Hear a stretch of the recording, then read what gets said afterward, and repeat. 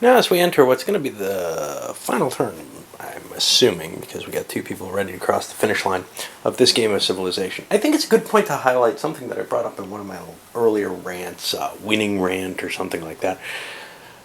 The disparity of ways that people might see where to go in a game, especially if they can't win. So, in this situation, I just collected Egypt's taxes, but I'm looking at them and saying, all right, what is their goal? What do they want to do? What would the player in this situation do? They can't win. I mean, it's obvious. Now, do they want to try to shoot down some of the leaders, make it tighter, and that would actually increase the infinitesimal possibility that they win, right? I mean, they're fighting the balance of power thing. It's not going to happen. But at the very least, that would be working towards a victory in some sense. On the other hand, do they want to trade and try to make sure that they can get their barrier or maybe the next barrier? Is that their goal? That was their goal, and it's probably going to remain their goal. But, that could be seen as, oh, you're helping the guy who's winning. Yeah, so what? I'm getting a trade. I want my victory condition, which is I want to make my path as clear as possible. And that just seems like a reasonable thing to go for. Do they just want to sulk and basically, no, I'm not going to do anything. I don't want to interfere with other people's chances. Now, of course, if you're holding the trade goods that people need, in a sense, you're interfering by sitting on it. You're still making some decision. You're having an influence on the game. You're making a king-making type decision, whether or not it's also in some way in your own best interest. And this all becomes very interesting. In a lot of games, when it comes this tight, this close, where you can't just say, yeah, I'm sure they're going to win, it becomes kind of questionable. What do you want to do? Do you want to try to make the game interesting? Do you want to try to balance it out? Even if you can't try to hurt people and make your own victory conditions more advantageous. Therefore, if you see Africa in the lead, do you shoot them down a little bit just on the general nature of, well, this game will be more interesting if, it's in doubt? Again, I don't know. Different people have different philosophies there, and I don't think it's reasonable to in any way, be upset that somebody has their own thoughts on how something, should end or whatever. Of course, you can kind of fake indignation as, a means of trying to manipulate them, which is always fair game. Anyway, just some words there. The decisions are sort of an interesting mix, with players buying boats or not, placing their pieces or not. Based on those, what can I do? The first thing is, Africa has 2 cities and the capacity to build at least one more. No, they have 3 cities and the capacity to build one more.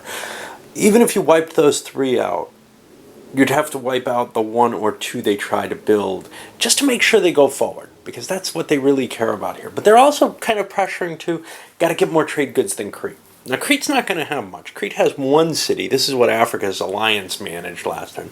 They cannot go to a second one, but they can maintain 1 even in the face of some adversity. So now the question becomes, okay, well, can you take them both down? My feeling is no, but not all the players agree. Crete didn't do anything. They feel it's everybody else's responsibility to try to bring both of them down. They're not going to help by dropping their own ability. Plus, they're kind of out of range of Africa. Thrace didn't build boats, which means they're padding their own nest. This is kind of dicky. In some ways, they have a lot of pieces. They could have sacked at least 1 or 2 of those cities if they bought boats for it. Let me rethink this, because I think they can do a lot of harm. Here's the problem. This city cannot be gotten. Assyria could not build enough forces to hit it. So there's 1 African city that survives, but there are disasters. There is the attacks on the people. We can see, Thrace is not backing down. They refuse to build boats. So that's their feeling, and that makes it really unlikely. Assyria, uninterested, padding their own nest here.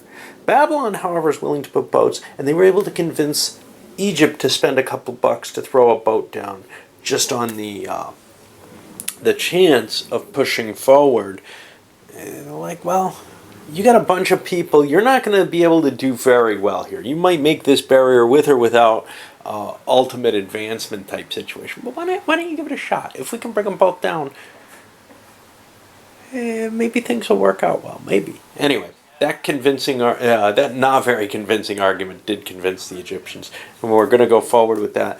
Thrace, a powerful power, not willing to play along with trying to knock everyone down. They just don't think it's worth it. They think it's over. Egypt, well, they feel a little dicked over by what Africa, even though they didn't do it, they feel like Africa kind of pulled a fast one by getting Crete beaten up. And that's another thing. People's, feelings, etc. can affect this. If you've been being beaten on by someone all game, what the hell? I'm going to hit them. I don't. If I'm in this later position, I don't feel like Egypt has been beaten on by Africa. Africa's initial move was to charge in. There's no good blood there. Anyway, we'll go to the movement step. We're doing this in a little more detail than we've been doing most of them, a little more verbose, just because it's been a long game, and I don't know, I'm trying to get some excitement going somewhere in me about this ending, because it is a close and interesting ending. And I'm not used to those. I'm not used to those with the expanded trade deck. Well, because of Africa's late play in the turn, only Babylon and Crete went after him. Crete wasn't actually attacking him. And Babylon didn't have the options they thought they would to pursue. What we ended up seeing, actually, is very little violence. Thrace building a couple of cities, Italy building a city instead of sacking the Cretan city. So Crete's going to have one city. Africa was unable to build one, and we've got the Babylonians sacking one of their cities, so they're going to be down to 2. That puts us at a kind of risky place. It's possible one or both could be knocked back by calamities. We'll see. But that definitely puts an interesting flavor in the game. So Crete has pottery. Maybe they want to get some grain. Holding stuff's good for them anyway. Their cards aren't aiming in that direction. But famine is such a deadly factor, and it's definitely coming out again. There's too much salt being held for it not to. That's really the only one I think likely to hurt people. I'm not sure where our cities are. We have like 7 Thracian cities.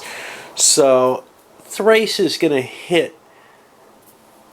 Actually, wow, I think they're up to 9 cities, unless I miscounted them. 2, 3, 4, 5, 6, 7, 8, 9, 10, 11, 12, 13, 14, 15, 16, 17, 18. Yeah, they did perfectly. So they're up to 9 cities. And some of the others will grow as well. So there may be some calamities up for trade, but famine's the only one that really schwacks people. Well, we'll see where the city building puts us. Kind of a mixed trading round, because there were definitely players who have an incentive not to cause a lot of trade to happen. I'm not Africa and Crete. They want to make cash, but, well, somebody who only has 2 cards has an incentive in that they can't do it. But other people like Egypt, who were very reticent to make a trade, and probably rightfully so, they ended up trading enough salt to Italy that Italy's going to break their barrier, which means Italy's going to pump ahead of Egypt, because Egypt, throughout the trading, was unable to acquire enough value. They're just a few bucks short to push into that 1100 zone. So Italy's going to push ahead, which is something they were kind of unwilling to allow happen. Now we have the disasters. There aren't a lot. Piracy got thrown away. It didn't even get used.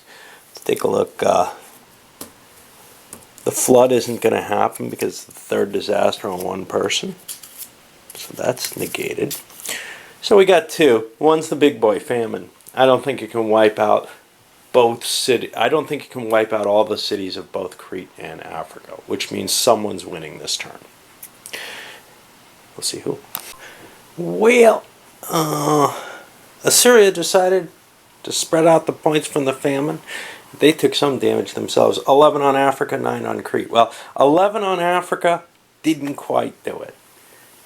They still had a few more left to support their city. They got 6 people left. Crete, however, is wiped out, and they cannot win. Which means, at the end, what we're going to see is Africa moves in, Italy moves forward. Thrace, I think, made it. I'm not going to. Crete falls back. Assyria, I'm not sure if they made it or not. I don't think so. I got to count that. Babylon did not. Egypt did not. So what I'm going to do is I'm going to count Assyria's points, see if they pushed forward. Because really that's a placement issue. We got second and third place for run there, which is kind of vaguely interesting. And I'm also going to calculate out the Crete-Africa issue to see if Crete hadn't been destroyed, would they have won? Just a curious thing.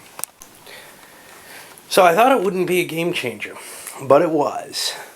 Africa hadn't been able to make any trades, whereas Crete made a kind of trade.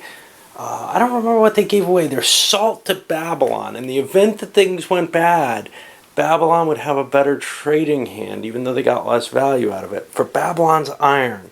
So Crete ended up with a 32-point iron set, whereas Africa was behind by that. It meant if Crete hadn't been destroyed, if Assyria, or was it Assyria? I think so. Hadn't played those, no, it had to be Thrace. Hadn't played those disasters. No, I think it was Assyria. I don't know. Yeah, it was Assyria because they got like no cards and had lots and lots of cities, which was just painful. Assyria did not go forward. So yeah, you know, the decision by one player on some somewhat random choice decides the game here. How do you feel about that? Well, I don't know.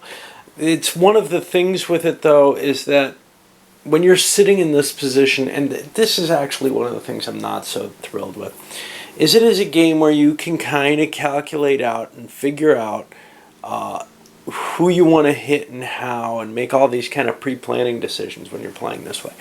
That's not how I remember the game. I think this is a better game. I think this is more in line with what Eurogamers like because of all that calculation that's going on in there. What a lot of Eurogamers like, the heavier ones. It's not what I remember the game being about. I remember not worrying about these things, not worrying about, trying to sack...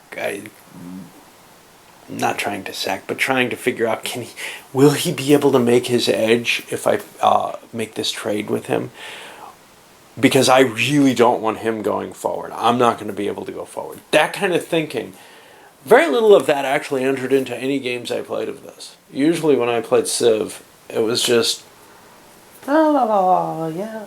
Because I knew I was going to make every boundary. I played maybe 3 times with the original game, opposed.